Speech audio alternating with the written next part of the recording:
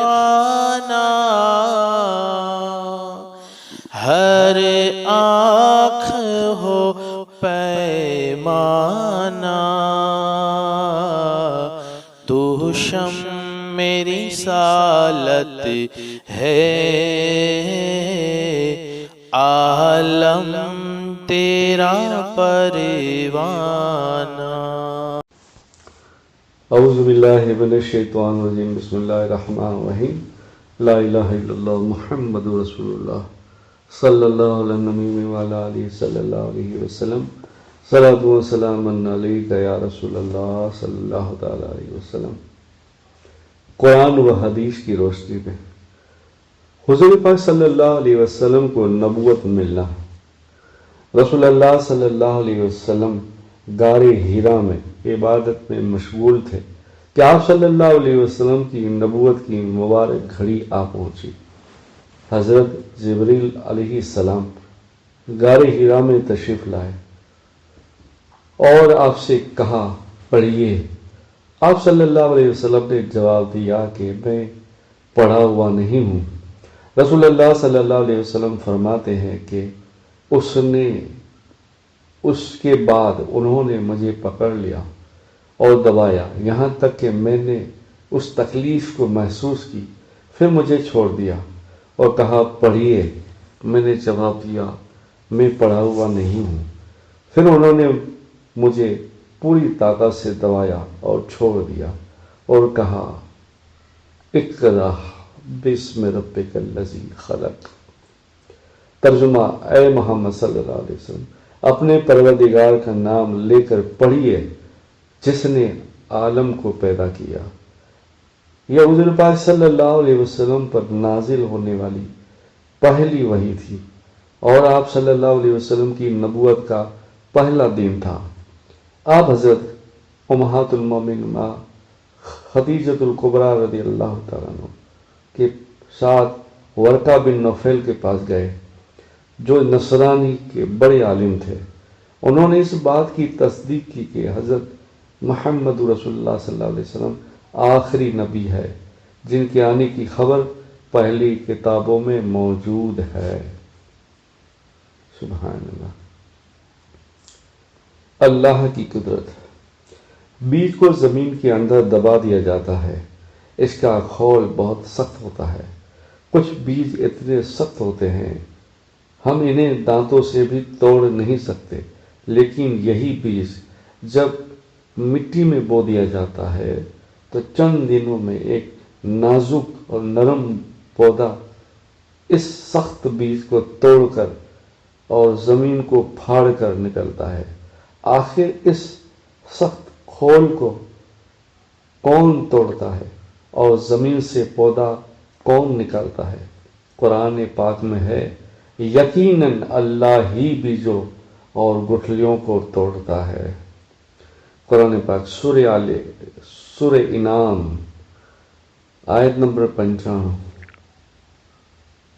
رسول اللہ صلی اللہ علیہ وسلم نے فرمایا بے شک اللہ تعالیٰ نے زکوٰۃ کے مستحق کو نہ کسی نبی کی مرضی پر چھوڑا ہے اور نہ ہی نبی کے علاوہ کسی اور کی مرضی پر، بلکہ خود فیصلہ فرما دیا اور اس کے 8 حصے متعین کر دیے۔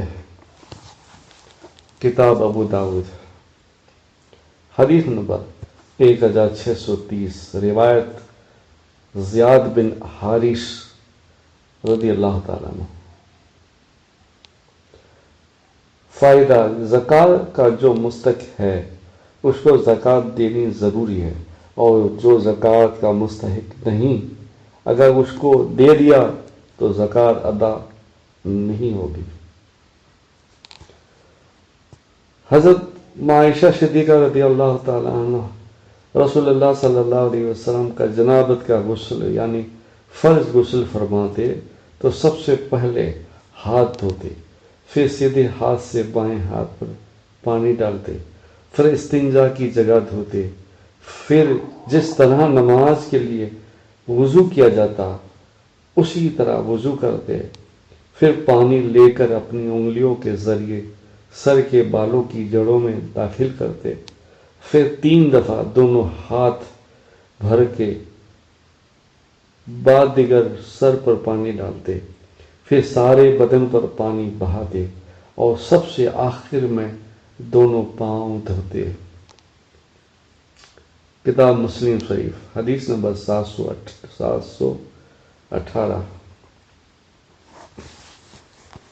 رسول اللہ صلی اللہ علیہ وسلم نے فرمایا، جو آدمی اللہ کے ڈر سے روئے اس کا جہنم میں جانا اس طرح محال ہے، یعنی مشکل ہے، جس طرح دودھ کا تھنوں میں جانا مشکل ہے۔ یعنی جس طرح دودھ باہر آ جانے کے بعد تھن میں دوبارہ جانا مشکل ہے، جاتا نہیں، اسی طرح اللہ کے ڈر اور خوف سے رونے والے کا جہنم میں جانا مشکل ہے۔ سبحان اللہ۔ کاش ہمیں اللہ کی محبت میں رونا آئے۔ کتاب نسائی حدیث نمبر 3109، روایت حضرت ابی ہریرہ رضی اللہ تعالیٰ عنہ۔ رسول اللہ صلی اللہ علیہ وسلم نے فرمایا، جو شخص اپنے وارث کو میراث دینے سے بھاگے گا اور اسے میراث سے محروم کر دے گا تو اللہ تعالیٰ قیامت کے دن بھی جنت سے اس کی میراث ختم کر دے گا۔ کتاب ابن ماجہ حدیث نمبر 2703، روایت حضرت انس بن مالک رضی اللہ تعالیٰ عنہ۔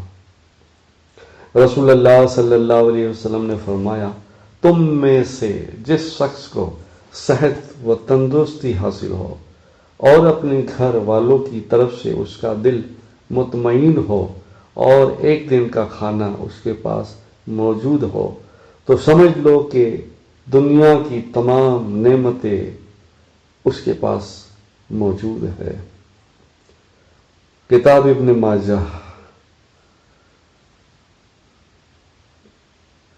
حدیث نمبر 4141، حضرت عبیدہ بن محصن رضی اللہ تعالیٰ عنہ۔ قرآن میں اللہ تعالیٰ فرماتا ہے کہ بے شک اہل جنت عیش و راحت میں مزے لے رہے ہوں گے اور اس کی بیویاں سال میں مسحریوں پر تکیے لگائے بیٹھے ہوں گے اور ان کے لیے جنت میں ہر قسم کے میوے ہوں گے اور جو وہ طلب کریں گے ان کو ملے گا۔ سبحان اللہ۔ سورہ یاسین آیت نمبر 55 سے 58، قرآن پاک۔ رسول اللہ صلی اللہ علیہ وسلم نے زمزم کے بارے میں فرمایا، یہ ایک مکمل خوراک بھی ہے اور بیماریوں کے لیے شفا بھی ہے۔ بہقی شعب الایمان حدیث نمبر 3973، روایت ابن عباس رضی اللہ تعالیٰ۔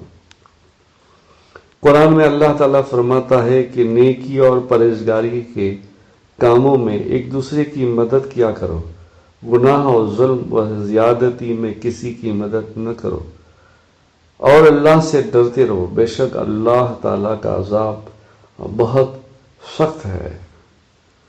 قرآن پاک سورہ مائدہ آیت نمبر 2۔